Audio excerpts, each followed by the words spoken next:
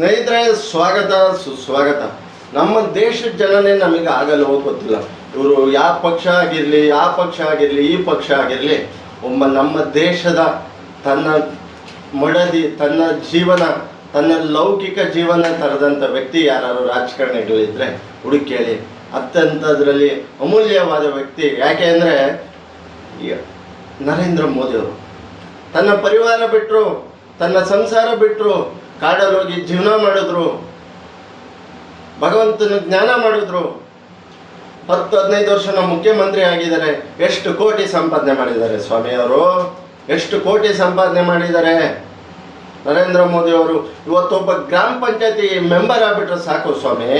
ಇವತ್ತು ಅವ್ರ ಮಗಳಿಗೆ ಕಾರು, ಅವ್ರ ಮಗಳ ಮನೆ, ಅವ್ರ ಕುಟುಂಬಕ್ಕೆ ಇನ್ನೂ 15 ಅಲ್ಲ, ಒಂದು ತಲೆಮಾರು ತಿನ್ನೋವಷ್ಟು ಮಾಡ್ಕೊಂತಾರೆ.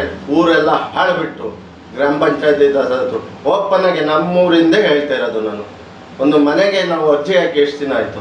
ಅಂಥದ್ರಲ್ಲಿ 15 ವರ್ಷ ಮುಖ್ಯಮಂತ್ರಿ, ಈಗ 3 ಬಾರಿ ಏನೋ ಪ್ರಧಾನಮಂತ್ರಿಗಳಾಗಿದ್ದಾರೆ. ಇಂಥ ನರೇಂದ್ರ ಮೋದಿಯವ್ರ ಬಗ್ಗೆ, ನರೇಂದ್ರ ಮೋದಿಯವರು ಟೆರರಿಸ್ಟ್ ಅಂತ ಹೇಳಿಬಿಟ್ರೆ ಯಾರು ಮೆಚ್ಚುತ್ತಾರೆ ಹೇಳಿ? ಜನಗಳು ದಡ್ಡರಲ್ಲ, ಜನಗಳು ದಡ್ಡರಲ್ಲ. ಆಗಿರ್ಬೋದು, ಏನೋ ಒಂದು ಐಟಮ್ ಇಂದು ಏನೋ ಕಾಸ್ಟ್ಲಿ ಆಗಿರ್ಬೋದು. ಆದರೆ ನೀವು ನಿಮ್ಮ ಸೋಲಿನ ಹತಾಶೆಯಿಂದ, ನಿಮ್ಮ ಕಾಂಗ್ರೆಸ್ ಪಕ್ಷದ ಸೋಲಿನ ಹತಾಶೆಯಿಂದನೂ ಮತ್ತೊಂದು ಗೊತ್ತಿಲ್ಲ, ನರೇಂದ್ರ ಮೋದಿ ಅವರಿಗೆ, ಮಾನ್ಯ ಖರ್ಗೆಜಿ ಅವ್ರಿಗೆ ಕೈ ಮುಗಿದು ಕೇಳ್ತೀನಿ, ನೀವು ಯಾಕೆ ಈ ಪದನ ಯೂಸ್ ಮಾಡಿದ್ರಿ? ಟೆರರಿಸ್ಟ್ ಅನ್ನೋ ಪದನ ಯೂಸ್ ಮಾಡಬಾರ್ದು. ತನ್ನ ದೇಶಕ್ಕೋಸ್ಕರ ಸರ್ವಸ್ವವನ್ನು ತ್ಯಾಗ ಮಾಡಿದವರು ಅವರು. ಜನ ಮೆಚ್ಚಲ್ಲ ಸರ್. ನೀವು ತಿಳಿದಂಥವರು, ನಕಾರ್ ಬಾದ್ರಿ ಶಾಸಕರು, ಸಚಿವರು, ಕೇಂದ್ರದಲ್ಲಿ ಕಾಂಗ್ರೆಸ್ ಅಧ್ಯಕ್ಷ ಆದಂಥವ್ರು, ನಿಮ್ಮ ಬಾಯಲ್ಲಿ ನಾವು ಇಂಥ ಮಾತು ನಿರೀಕ್ಷೆ ಮಾಡಲ್ಲ. ಖರ್ಗೆ ಅವರೇ, ಯಾಕೆ ಈ ಮಾತು ಹೇಳ್ತಾ ಇದ್ದೀನಿ ಅಂದರೆ, ನಮ್ಮ ದೇಶದ ಪ್ರಧಾನಮಂತ್ರಿ ಸರ್ವಸ್ವವನ್ನು ತ್ಯಾಗ ಮಾಡಿ ಯೋಗಿಯಾಗಿ ನಮ್ಮ ದೇಶಕ್ಕೆ ನಿಂತಿರುವಂಥವ್ರು. ನಿಮ್ಮ ಕಾಂಗ್ರೆಸ್ಸಿಂದು, BJPinದು ಏನೇ ಇರಲಿ, ಆದರೆ ಒಬ್ಬ ವ್ಯಕ್ತಿನ ಟೆರರಿಸ್ಟ್ ಅಂತ ಕರಿಬಾರ್ದು. ನಿಮ್ಮ ಬಾಯಲ್ಲಿ ಇಂಥ ಮಾತು ಕೇಳಕ್ಕೆ ನಾವು ಇಷ್ಟಪಡಲ್ಲ. ನಿಮ್ಮ ಹತಾಶೆಗೊಂಡಿದ್ದೀರ, ಸೋಲಿದೆ, ನಿಮಗೂ ಒಂದು ಕಾಲ ಬರ್ಬೋದು, ಮತ್ತೆ ಇನ್ನೊಂದು ಎಷ್ಟೋ ವರ್ಷಕ್ಕೆ ಅಲ್ವಾ.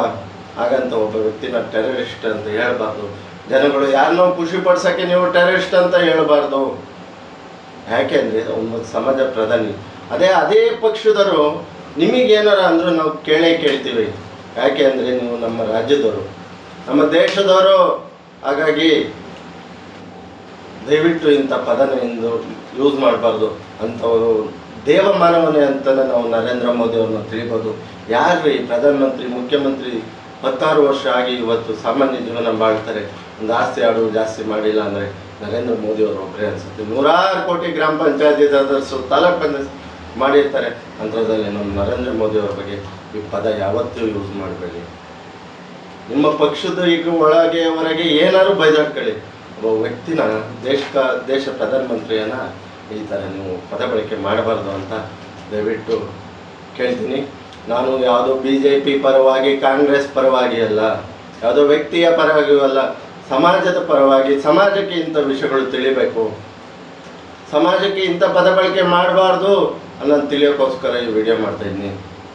ಸ್ನೇಹಿತರೆ, ನಿಮ್ಮೆಲ್ಲರಿಗೂ ಸ್ವಾಗತ ಸುಸ್ವಾಗತ. ಮುಗಿಸ್ತಾ ಇದ್ದೀನಿ ಈ ವಿಡಿಯೋನ. ಏನಾದರೂ ತಪ್ಪಿದ್ರೆ ಕ್ಷಮಿಸಿ, ಹರಸಿ, ಕಾಪಾಡಿ. ದಯವಿಟ್ಟು ಕಮೆಂಟ್ ಮಾಡಿ, ಲೈಕ್ ಮಾಡಿ, ಶೇರ್ ಮಾಡಿ. ನಿಮ್ಮ ಆಶೀರ್ವಾದ, ಪ್ರೀತಿ ಸದಾ ಇರಲಿ. ಜೈ ಜಗನ್ನಾಥ್, ಜೈ ಶ್ರೀರಾಮ್, ಜೈ ಸಂಗೊಳ್ಳಿ ರಾಯಣ್ಣ. ಭಾರತ್ ಮಾತಾ ಕಿ ಜೈ. ಒಂದೇ ಮಾತರಂ. ದಯವಿಟ್ಟು ಸಬ್ಸ್ಕ್ರೈಬ್